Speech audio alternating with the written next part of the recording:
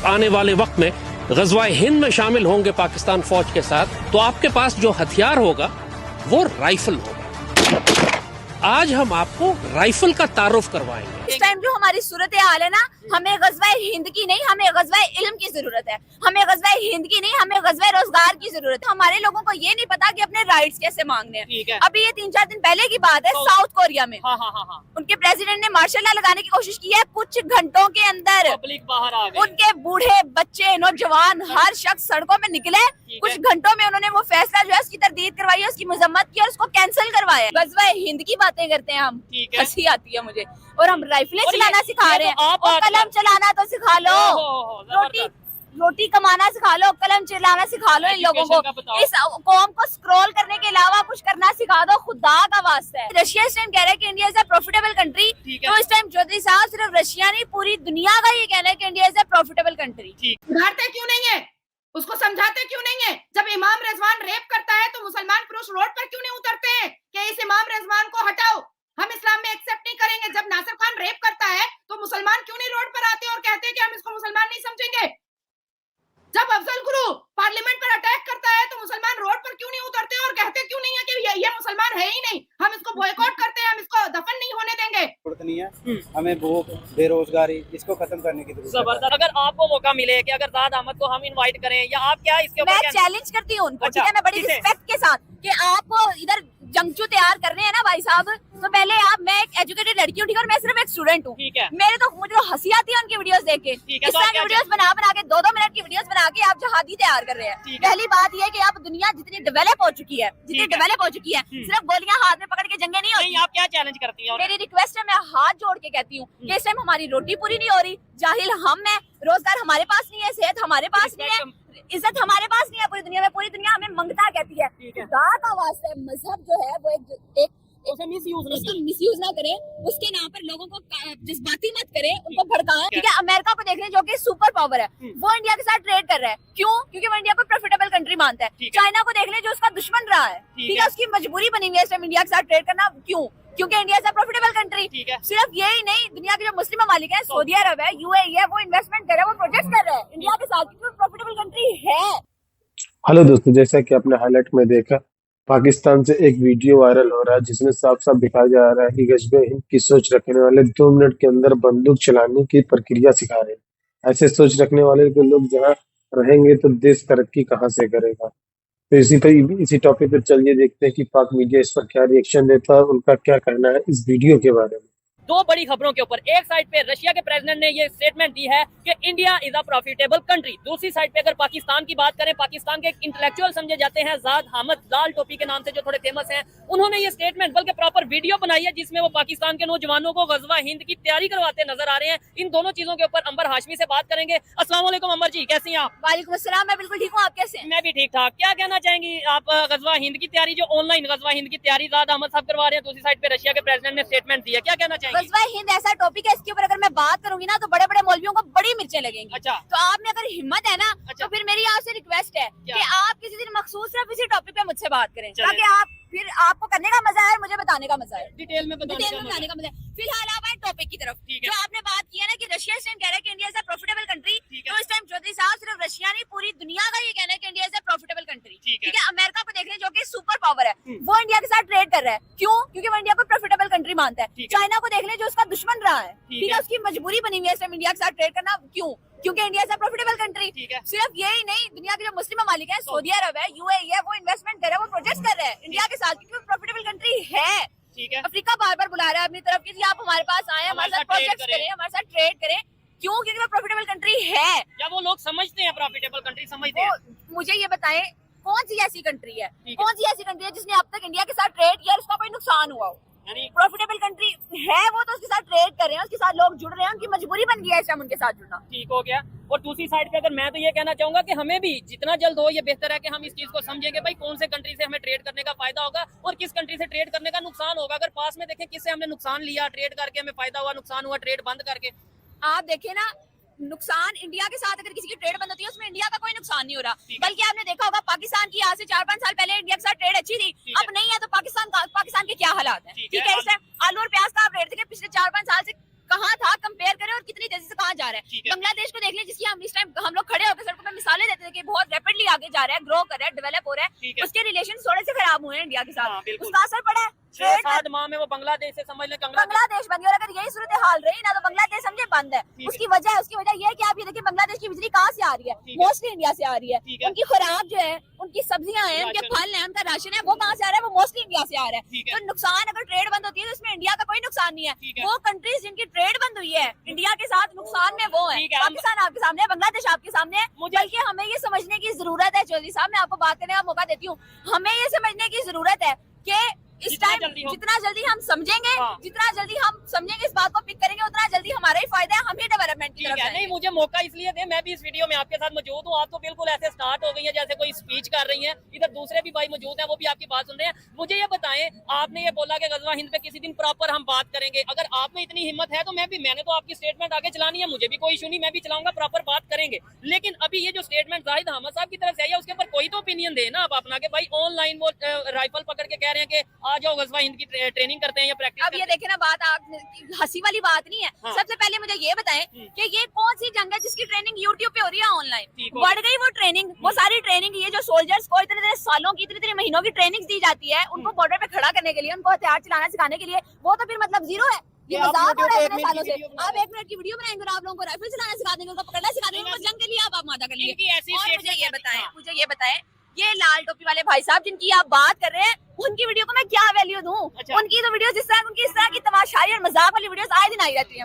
आज से 10 साल पहले उनकी वीडियो आई थी कि पाकिस्तान दुनिया की बड़ी ताकत बन जाएगा, वो पूरी दुनिया को कंट्रोल करेगा। कहाँ गई वो प्रेडिक्शन? किसने सच होती देखी है? ठीक है, कभी वो कहते हैं 20 साल बाद क़यामत आ जाएगी, उनकी अब तक एक भी प्रेडिक्शन कोई लॉजिकल है, कोई सही साबित हुई है? मुझे, मैं उस बंदे की बात पे आपको जवाब दूं जिसकी बात मेरे नजदीक वैल्यू रखती हो या सीरियस लेने के काबिल हो। कम से कम मेरे नजदीक ये साहब जो है ना, वो सीरियस लेने के काबिल नहीं है। और उसके ऊपर ये सबसे बड़ा तमाशा कि आप यूट्यूब की उसमें गज़वा हिंद के लिए तैयारी हो रही है या नहीं हो रही। हाँ, लेकिन हमारी नौजवान जो नस्ल है वो इतनी मुश्तिल हो रही है कि हाँ, गलियों में, दरीचों में, मोहल्लों में एक बंदा गज़वा हिंद आपस में लड़ रहा है, गोलियों की ट्रेनिंग यूट्यूब पे देख के इतने लोग कॉन्फिडेंट हो गए कि दिन दिहाड़े यूनिवर्सिटीज में, कॉलेज में वो उड़ा देते हैं नौजवान, एक दूसरे को कत्ल कर देते हैं सरेआम। ठीक हो गया। अभी बल्कि आज का एक वाकया बड़ा अफसोसनाक है, पाकिस्तान में लाहौर में एक यूनिवर्सिटी में स्टूडेंट ने दूसरे स्टूडेंट को यूनिवर्सिटी टाइम के अंदर जो सा वो अटैक किया, फायर किया और उसे खत्म कर दिया। बड़ी शायद ये वीडियोस का असर कहीं ना कहीं तो पड़ता है ना। बिरदारी बात है, गज़वा हिंद हम बॉर्डर पे जाके नहीं करेंगे तो कहीं ना कहीं तो करेंगे, जो जिसे गलत लगेगा। अच्छा, अमर जी क्या कहना चाहेंगे? जो उन्होंने स्टेटमेंट दी, आपने बोला कि वैल्यू नहीं है,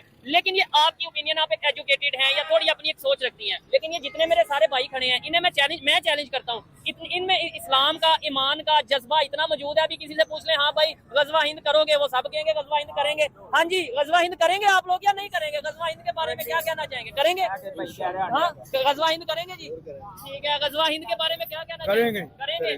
किसके खिलाफ? इधर थोड़ा सा आ जाए, किसके खिलाफ करेंगे? सबके पास क्या? मुसलमानों को नहीं, किसके खिलाफ गज़वा हिंद होगा? जंग किसके खिलाफ करेंगे? काफिरों को। बात ये देखे ना, जिससे भी अब आपने तो कह दिया कि बात की वैल्यू नहीं, लेकिन बहुत से लोग हैं जो बात की, उनके बात इसमें इनका अपना कसूर है ना। मेरी बात सुने, ये टेक्नोलॉजी का दौर है, इल्म नहीं भी है तो यार अवेयरनेस तो सबके पास पहुंचने का जरिया है ना, कि क्यों अब तक अपनी जहालत की जिम्मेदार ये लोग खुद भी हैं। मैं सारा जिम्मा जो है ना उन मौलवियों को और लाल टोपी वाले इस तरह के लोगों को सारा जिम्मा नहीं दे सकती। जिम्मेदार ये लोग खुद भी हैं, इनके अंदर समझ बूझ नहीं है इतनी यार, किसी चीज के ऊपर हम रिसर्च कर लें, किसी चीज की डेप्थ में चले जाएं, उसके ऊपर हम देख तो लें उसकी हकीकत है क्या, उसकी हकीकत हम जान तो लें। ठीक हो गया। और दूसरे नंबर पे आपको क्या लगता है, इस टाइम जो पाकिस्तान की सिचुएशन है, हमें ये वीडियोस बनानी चाहिए या फिर हमें एजुकेशन, हमें हेल्थ, हमें मतलब किस चीज के ऊपर? जो सूरत हाल है ना भाई साहब, चौधरी साहब, जो सूरत हाल चल रही है ना, गज़वा हिंद होना है या नहीं होना इसका तो नहीं पता, लेकिन ये साफ नजर आ रहा है कि बाकी सारी कंट्रीज पाकिस्तान का बाइकॉट करती हुई हमें नजर आ रही है, करती जा रही है, आपस में यूनाइटेड होती जा रही है। गज़वा हिंद अगर करना है तो कैसे कर लेना है? उसके लिए पहली शर्त तो ये कि आप आपस में मुत्तफिक हो। हमारे मौलवी आपस में लड़ते लड़ते जो है वो नहीं सकते, एक दूसरे को सेक्ट की बुनियाद पर 12 चिनार के वाकये कितना को टाइम हुआ है मुझे बताएं। आपस में जब तक यूनिटी ना हो गज़वा हिंद मुमकिन ही नहीं है, ठीक है। और दूसरी बात, गज़वा हिंद हो या ना हो, लेकिन ये साफ नजर आ रहा है दूसरी कंट्रीज आप देखते जा रहे हैं, बहुत सारी कंट्रीज ने पाकिस्तानियों को रिस्ट्रिक्ट कर दिया, उनको वीजा नहीं देते। आप सऊदी अरब का वीजा आप नहीं जा सकते, ठीक है। आप बहुत सारी कंट्रीज में जाके आप जॉब नहीं कर सकते, वहाँ पर आप बिजनेस नहीं कर सकते, आप रेजिडेंस नहीं ले सकते, ठीक है। हर तरह से आपको बाइकआउट करते जा रहे हैं और आपस में उनकी यूनिटी होती जा रही है। मैं ये कहता हूँ कि हमें वीडियोस, यानी कि अगर कोई उन्हें सुनता है इंटेलेक्चुअल, वैसे तो आजकल उनको ना तो पाकिस्तान में कोई वर्थ दी जा रही है और ना इंटरनेशनल लेवल पे उन्हें कोई इतना डिस्कस किया जा रहा है। जितने भी लोग देख रहे हैं ना, आपको नहीं लगता उन्हें लोगों को तो ये बताना चाहिए ना कि यार एजुकेशन में हम ऐसे आगे जा सकते हैं। आपने अगर जंग करनी है तो हेल्थ में जंग करो, आओ गुर्बत के खिलाफ गजवा गुर्बत करो, इस गजवा वक्त ना जंगें होती हैं भरे हुए पेट के साथ। अच्छा समझ आए? मैं कहता हूं, जंगें फिर भी बात सुने, आप गजवा हिंद छोड़े, इस टाइम जो पाकिस्तान की सूरत हाल है, अच्छा। गुर्बत देख ले, एजुकेशन देख ले, टेक्नोलॉजी देख, वेपन है हमारे पास। अच्छा। इस टाइम जो कोई छोटी मोटी जंग गजवा हिंद को छोड़े वो बहुत बड़ी बात है। छोटी मोटी जंग भी लग जाए अगर, तो हमारे तो यहाँ पे कर्जे ही नहीं हमसे पूरे हो रहे। हमने अच्छा। वेपन्स कहाँ से पूरे अल्लाह करने ना हैं? करे कोई जंग लगे, अल्लाह अल्लाह ना करे, अल्लाह ना करे, मेरे मुंह और में दूसरा सवाल ये है अंबर जी, मुझे ये बताएं, अगर लेट्स सपोज जो गजवा हिंद का कंसेप्ट ये बताया जाता है ना, इस्लामिक कंट्रीज मिल जाएंगे, ये हो जाएगा, मतलब सब मिल के ये करेंगे, मुझे इससे बताएं कि कौन सा इस्लामिक कंट्रीज पाकिस्तान के साथ है। मुझे 3 इस्लामिक कंट्रीज के नाम बता दें जो पाकिस्तान के साथ खड़े हैं। इस टाइम मैं तो नहीं छोटी से कुछ भी कह सकती। नहीं, ईरान साथ खड़े नहीं, सऊदी अरब साथ नहीं है, जो हमारी बाउंड्री के साथ है अफगानिस्तान, वो हमारे साथ नहीं है, ठीक है। कोई भी हमारे साथ नहीं है। तो को चलाने के लिए ना हमें बहुत सारे जो बड़े देश होते हैं उनसे अपना रिलेशन बहुत खूबसूरत रखना पड़ता है। जैसे देखिए ईरान को भी समझ में आया कि मुझे भारत से रिलेशन अच्छा रखना है। जैसे जी। मिडिल ईस्ट को, यूएई को समझ में आया कि मुझे अपना रिलेशन जो है वो भारत देश से बहुत अच्छा खूबसूरत रखना है। तो अब बात आती है कि जब आपको भारत देश आपको हर तरीके से आपके साथ ट्रीटी कर रहा है, बायलैटरल रिलेशन रख रहा है, तो फायदा दोनों देशों का होता है। इसमें किसी एक का फायदा नहीं होता, दोनों का फायदा होता है। लेकिन साथ में दोनों देश क्या चाहता है? दोनों देश चाहता है कि मेरे समुदाय के जो लोग, मेरे धर्म और मजहब के जो लोग रहते हैं आपके यहाँ, वो लोग सुरक्षित रहें। अब मिडिल ईस्ट में आप देखिएगा, यूएई में 3 मिलियन से ऊपर हिंदूज हैं जो बहुत खूबसूरत तरीके से रहते हैं। कभी आपने न्यूज़ सुना कि हिंदुओं के ऊपर अत्याचार हो रहा है या ये हो रहा है या वो हो रहा है? नहीं सुना, क्योंकि वहां पर बहुत खूबसूरत तरीके से मोहम्मद बिन सलमान और अल हन्नान साहब उन लोगों को रखते हैं और उनको एक महत्वपूर्ण वैल्यू दिया जाता है, तो और रिलेशन खूबसूरत होता चला जा रहा है। अगर अगर वाकई में पाकिस्तान को भी भारत से हमेशा अच्छे रिलेशन रखने होते तो 23.7% सनातनियों को खत्म करके, माइनॉरिटीज को, इवन एंटायर माइनॉरिटीज को खत्म करके आप लोग 1% नहीं करते। और अगर अभी भी 1% जो हिंदूज बचे हुए हैं, अगर उस पर भी आप लोग बहुत खूबसूरत एक अचानक से एक मॉर्निंग आप उठो और कहो कि नहीं अब हम हिंदुओं पर अत्याचार नहीं करेंगे, तो डेफिनेटली भारत को ऐसा लगेगा कि चलो देर आए दुरुस्त आए। कभी तो once in a blue moon हम कहते हैं ना कि कभी तो ऐसा होता है कि इंसान चेंज हो जाता है, पर पाकिस्तान ने भी ना चेंज होने की कसम खा करके रखी है।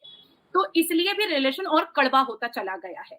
अब आती है बात कि मोहम्मद यूनुस साहब तो इकोनॉमिकल क्राइसिस से जूझ रहे हैं। हालांकि अभी जो क्वाड की मीटिंग हुई थी उसमें जो मोहम्मद यूनुस साहब गए थे, तो उन्होंने कहा था कि अभी दुर्गा पूजा है भारत में, तो हम हिल्सा मच्छी भेजेंगे, हम गोल्डन प्रॉन भेजेंगे। आपको पता है कि क्या हुआ? पता है क्या हुआ? यहाँ पर पूरे भारत में बांग्लादेश से आई हुई मछली को किसी ने खरीदा ही नहीं। सच में? यस ऑफ कोर्स, बहुत वो वीडियो वायरल हुए थे। हर एक स्टेट से वो वीडियो वायरल हुए थे। वो मच्छी खरीदा नहीं, वो दोबारा रिटर्न भेजा गया है कि हम, जनता ने कह दिया कि हमको बांग्लादेश का मच्छी खरीदना ही नहीं है, हमको लेना ही नहीं है। मैंने भी ट्वीट किया है। अब एक वो तो देख लिया मोहम्मद यूनुस ने कि भाई सरकार को हमने कहा, सरकार ने एक्सेप्ट कर लिया कि ठीक है तुम भेज दो, वो तो सप्लाई चेन बढ़ाएगी। हाँ। लेकिन जनता विरोध कर गई कि जहां हमारे हिंदू बहु बेटियों को नंगा करके मारा जा रहा है, जहां हमारी मंदिरें तोड़ी जा रही हैं, जहां हमारे हिंदुओं के सर से छत छीना जा रहा है, बेटियों का बलात्कार किया जा रहा है और बहुओं के गिरबान में हाथ डाल करके उनको लूटा जा रहा है, हम उनका मच्छी खरीदेंगे, ये जनता ने किया। और वो पूरे मच्छी जो आए थे दुर्गा पूजा के वक्त में, वो सब रिटर्न करना पड़ा और वो बॉर्डर पर पड़ा वो सड़ गया।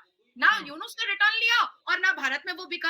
अब आती है बात कि इकोनॉमिकल क्राइसिस इतना ज्यादा हो चुका है क्योंकि शेख हसीना के निकलने के बाद से अब तक मोहम्मद यूनुस तो सरकार चला नहीं पा रहे हैं, नहीं चला पा रहे, बिल्कुल चला ही नहीं पा रहे हैं। वो तो एक अखाड़े का मैदान बन चुका है, वो तो एक जंग का और जिहाद का मैदान बना हुआ है। वहां तो ना नौकरी चल रही है, ना वहां पर बिजनेस चल रहा है, ना वहां पर एक कुछ आमदनी और इनकम का चीजें चल रही हैं, सब कुछ बंद है, सब कुछ ठप पड़ा हुआ है। इसलिए क्योंकि जमात इस्लामी को और हिजबुत तहरीक को उसको प्रॉपर पाकिस्तान बनाना है। तो दोस्तों, जैसा कि आपने वीडियो में देखा, रूसी राष्ट्रपति व्लादिमीर पुतिन ने प्रधानमंत्री नरेंद्र मोदी की इंडिया की फर्स्ट पॉलिसी और मेक इन इंडिया की पहल की जमकर तारीफ की। पुतिन ने भारत में मैन्युफैक्चरिंग ऑपरेशन की स्थिति फिट करने की रूस की इच्छा व्यक्त की। मॉस्को 15 वीटीसी रशिया के कॉलिंग एनवायरनमेंट फोरम को संबोधित करते हुए प्रेसिडेंट पुतिन ने रूस के इम्पोर्टेंट सब्सिडी प्रोग्राम और भारत के मेक इन इंडिया पहल के बीच समानताएं बताई।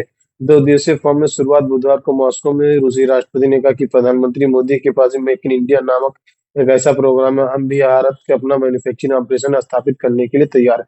प्रधानमंत्री मोदी के नेतृत्व में भारत सरकार के देश के सर्वग्राही रखने की नीति के तहत स्थिर परिस्थितियां बन रही। हमारा मानना है कि भारत में निवेश करना लाभदायक है। उन्होंने इस बात का प्रकाश डाला कि रूसी तेल दिग्गज रसवंत की हाल भारत से $20 अरब का निवेश किया है। राष्ट्रीय राजप्रति ने भारत के निवेश की वकालत करना चीन के लिए मिर्ची लगना जैसा। पुतिन ने कहा मैन्युफैक्चरिंग को बढ़ावा देने और विदेशी निवेश को आकर्षित करने के लिए उद्देश्य से शुरू की गई मेक इन इंडिया के ग्लोबल इकोनॉमी में भारत की स्थिति मजबूत करने की महत्वपूर्ण भूमिका निभाई। 2025 में रूसी राष्ट्रपति ने भारत यात्रा पर आने वाले क्रेमलिन के सहायक यूरी गेशोकोव के पिछले दिनों कहा कि आप जानते हैं कि हमारे नेताओं के 20 साल में एक बार दूसरे मिलने के समझौते अब 2025 के नई दिल्ली या भारत के किसी अन्य स्थान पर जाने की बारी हमारी है। तो दोस्तों वीडियो कैसा लगा अपनी राय कमेंट बॉक्स में जरूर दें। वीडियो पसंद आए तो लाइक और सब्सक्राइब करना ना भूलें।